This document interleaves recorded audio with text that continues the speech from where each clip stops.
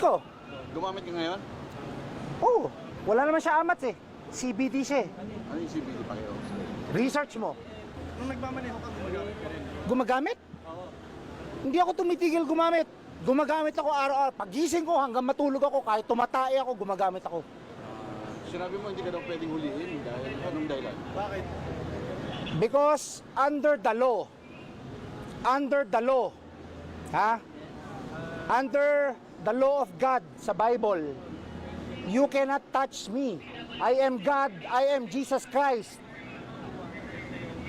You're the son of God? Yes, no, I am God in flesh.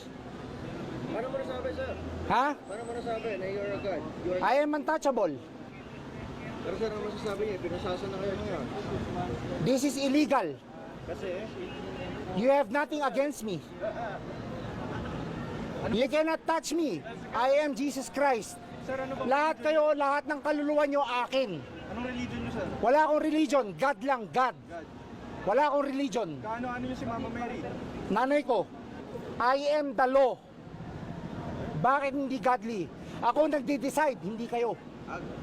Amen. I am the law. I am the way. Lahat kayo, dadaan kayo sa akin para makapunta ng langit.